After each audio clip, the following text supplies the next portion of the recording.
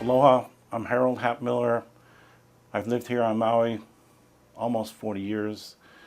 Originally lived in Lahaina and got involved with real estate over there. Got into the sales, property management, and development. In 1979, we did sell, I had a listing to sell condominiums on Front Street, Lahaina Residential.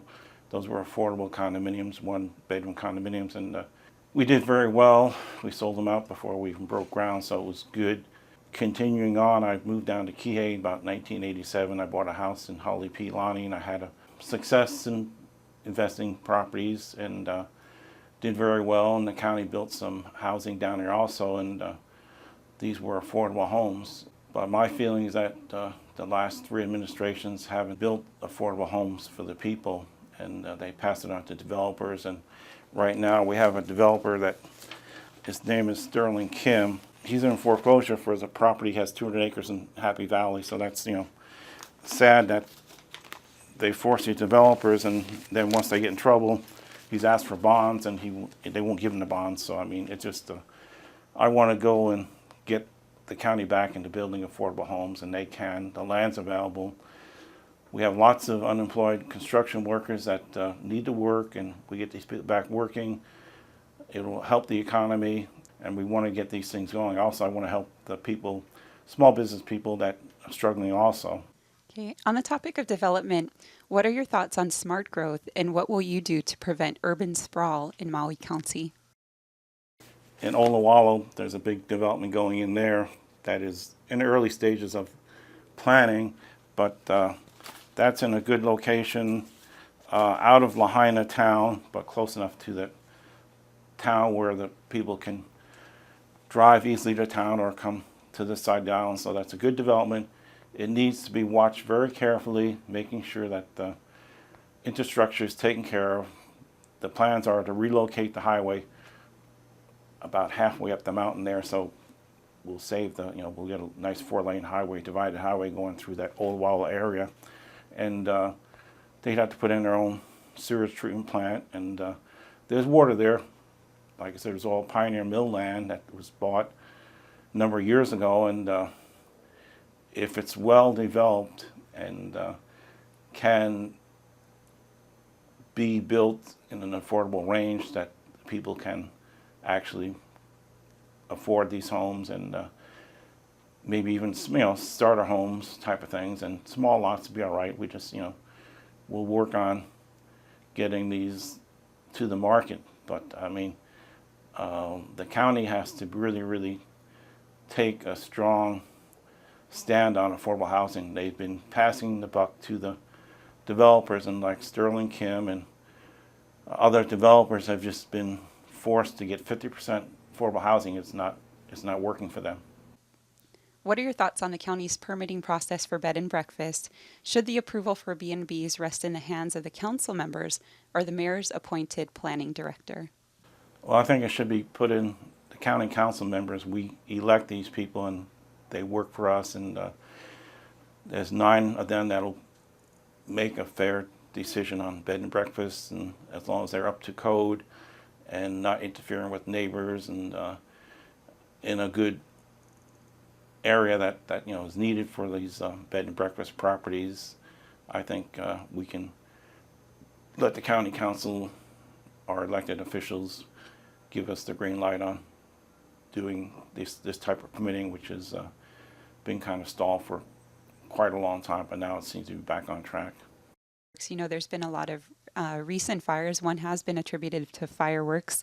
Are you in support of or against a ban on fireworks legislation? Well, naturally, the aerial fireworks is very dangerous. I've seen them. We've had a number of up in the Pili. I know there was a fireworks came down on the roof of a house over there. Actually, it was a condominium, and had a lot of damage. And it's kind of scary. Comes New Year's Eve and 4th of July. It's a lot of pollution, but we have to restrict it to very small type of fireworks, and we have to outlaw. If there is problems with these people shooting off, you can see the fireworks shot off, and where I live, and I don't have to go to the beach. I can just look out my window, and there's fireworks all over the subdivision. but I'm afraid that, it's a very dry season. We know what the fire hazard is, and these fireworks are very dangerous, and luckily we haven't lost any homes. We came very close to losing homes. I'm against unlimited fireworks, which we have now. I want to see it safer. I want the safety of the island for the people here. Transient accommodations tax has been a huge issue this past session. If elected to serve, what would you do to ensure Maui keeps its share of the transient accommodations tax? Well, I did everything in my power to do that. That was the original agreement. Unfortunately, the county has made agreements, and we haven't been able to enforce these, or if the state comes along and decides they need it. Although this past session they threatened to take it away, and this is money that's earned over here, and we need it. I just drive down the road, and our roads are in terrible shape. I can't believe the highways. I mean, the road going through Happy Valley is it's full of potholes. I can't even believe it. And then you can continue on, and just gets worse. I don't know why. They're taking money out of our gasoline tax. They charge us extra, I think 5 cents a gallon for the county tax, and the state takes tax out, and we need good roads. Of course, our cars just aren't going to take the abuse. Really, I mean, it's unbelievable. I get on the road and people driving halfway off the road because the ruts in the road are so bad. But anyway, we need that. I mean, it has to be done. I'll question that. We have to get the monies together from someplace. On the topic of water, what are your plans to improve wastewater treatment on Maui, and your thoughts about injection wells? Okay, injection wells. I was involved about almost 20 years ago. We were going to put in a private treatment plant in Kihei because the Kihei plant was just over capacity, wasn't there. And we were going to treat the water, but we weren't going to inject the water. We were going to use it for growing palm trees, which is, it seemed like the demand for that nursery type of plants, we could actually use the water and the plants would grow good. And we had about 100 acres we were going to lease from Haleakala Ranch, and had it all planned, but the economy went south, and we never did build a plant. That water going into the ground is just total waste, and we can and we should reclaim it, not dump it in the injection wells. Any closing thoughts? This is your opportunity to maybe touch upon something that I didn't ask you that you think is important, or to give some contact information regarding your campaign for the constituents of Maui. Okay, I have a website, a small website.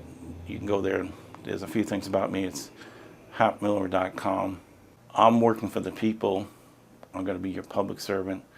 And you can check the website on campaign spending and check the other candidates and see where they're getting their funds from. I haven't accepted any contributions from anybody. Nobody owns me. Like they say, we have the best politicians money can buy. And unfortunately, we look at the other candidates and we see where their money's coming from. When something needs to be done, those people are going to be taken care of.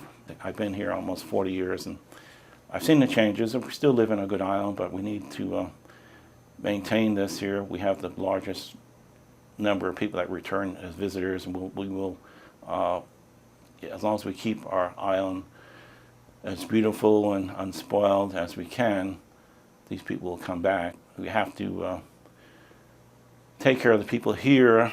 And again, there was an issue about our windmills, and we should take a part of the profit that they're making, give it back to them. Actually, I haven't seen my electric bill go down a penny since they have those windmills. So somebody's making money off of those windmills. And if they want to build some more, we'll let them build more, but we'll sign a contract. We'll take a piece of their profit, and we'll put it into our people here.